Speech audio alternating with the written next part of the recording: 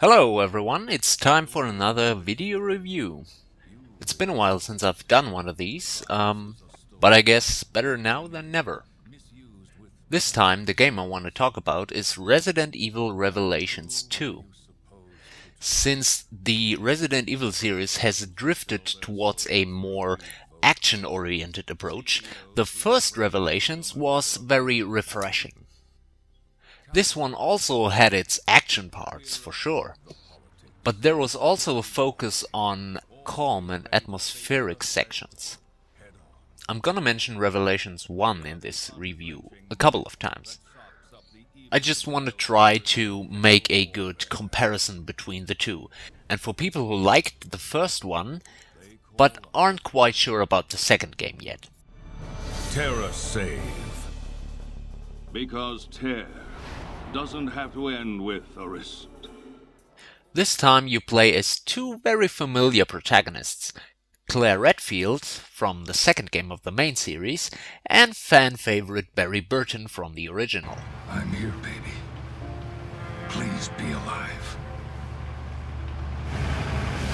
One of the biggest differences, when you compare it directly to the first Revelations, is the environment, where in the first game you were on board of this ship on the Great Sea, and the entire environment was dominated by cool colors. The second game has more warm colors. The first game looked very clean, but this one looks rather, how shall I put this, dirty. Everywhere you look, there's old rusted machinery, metal parts, blood-stained traps and instruments and whatnot. The whole thing almost resembles the classic Silent Hill games in a way, and that's a good thing. From a mere graphics standpoint, you would usually expect more from Capcom, and especially Resident Evil. Don't get me wrong, I think the game looks very good. And the look of the game creates a nice atmosphere. But even Resident Evil 5 or the HD remake of the original actually looks somewhat better in comparison. But I personally never cared that much about the number of polygons, shaders and pixels. It's more about the art direction. Like I said, the game actually manages to capture a good atmosphere. So it's not that big of a deal. The adult eyes. Oh God. Another difference is in the enemy design, where the shambling ooze enemies from the first game moved rather slowly. The enemies in this game are usually pretty fast.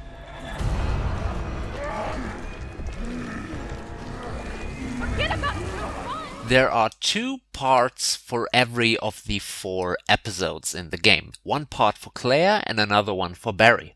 Claire, as well as Barry's daughter Moira, get captured at the beginning of the game and find themselves in unfamiliar territory, being watched the entire time by the so-called Overseer. This almost reminds me of a typical horror flick in the fashion of Saw or Cube. Moira, are you okay? Did they hurt you? Claire! Oh, I remember. Hey, take it easy. I mean, what in a moist barrel of foxes? Barry's campaign plays after Claire's scenario, and with the girl Natalia there's another team partner in the game. Compared to the main characters, your team partners actually can't use any guns, but they each have their individual skills. No, I'll just be on flashlight duty or something. It's fine. Moira can blind enemies with her flashlight, find hidden items, and can open doors or attack enemies with a crowbar. Natalia can also find items by pointing her finger, as well as knocking out enemies by throwing a brick at them. But her most useful skill is her sixth sense, so to speak, which allows her to detect nearby enemies. Over there, another one. How do you know? I can just sort of see them. Oh, no, you don't, young lady. It's too dangerous. Why? I'm not scared. So this brings a very untypical kind of stealth mechanic into the Resident Evil franchise. You can easily switch between your main and your side character to make things a little easier. Another great help are different passive skills, which you can unlock during the campaign through points. These points can be acquired by completing different chapters or by finding jewels. The evasion mechanic is also once again present, but it's not context sensitive like in the first game. Here you have your own dedicated button.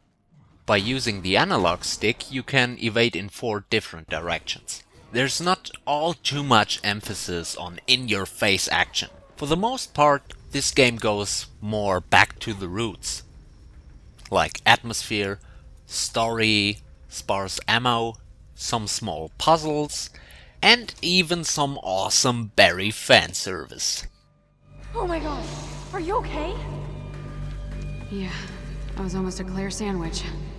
Does Barry tell everyone that story? Is there a little girl on this planet that will listen to me? You can call this survival horror in my book. With all 4 episodes, this game has about 1 to 2 hours worth of playtime for each chapter, which means you're gonna be spending around 10 to 12 hours in the campaign. Certainly not as big as Resident Evil 4 or Code Veronica, but you also have different difficulty options and also the very awesome raid mode. Oh my god, the raid mode. As if this thing wasn't already awesome in the first game. Here you have more than double the stages, and not just copies from the campaign. No, you have specifically designed maps for the raid mode, except for some throwback maps from the first Revelations. But they also recycled some enemies. You will not only encounter the comms officer boss, oh my god, how much I hate this guy, but also some abominations from Resident Evil 6. One great difference that separates this raid mode from the first one is that you have to level every single character individually. But each of these characters comes with their own active or passive skill. You can also transfer these skills to other characters. Jill is better at evading incoming attacks. Chris can make himself invincible for a couple of seconds. Leon is a master of the knife and can push enemies back with a shockwave, and so on. This one may be a lot easier than the first raid mode, but I don't see this as a bad thing. By doing daily missions, you can not only collect a lot of experience points, but also earn some jewels, which can revive you if you should die. Praiseworthy. If you don't feel like doing that, however, you can also just buy some of these for real money. No. Stop it, Capcom. Stop it. You can also increase the size of your weapon stash in the same manner. Well, it's not like they could have just made this thing twice as big, right? Overall, Revelations 2 has a lot of replay value. You can level up your characters in raid mode to level 100. You can unlock specific weapons or costumes for the campaign. And you can even play the campaign and the raid mode in local split-screen multiplayer, or the raid mode even online with other people. You can spend a lot of time with this game. About €25 for the whole package? That's great. But if you want to have some extra costumes or some more characters for the raid mode, you have to pay a little bit more, unfortunately. Yeah, well, they get me every time. Yeah, go ahead and sue me, it's Wesker and Hunk, goddammit!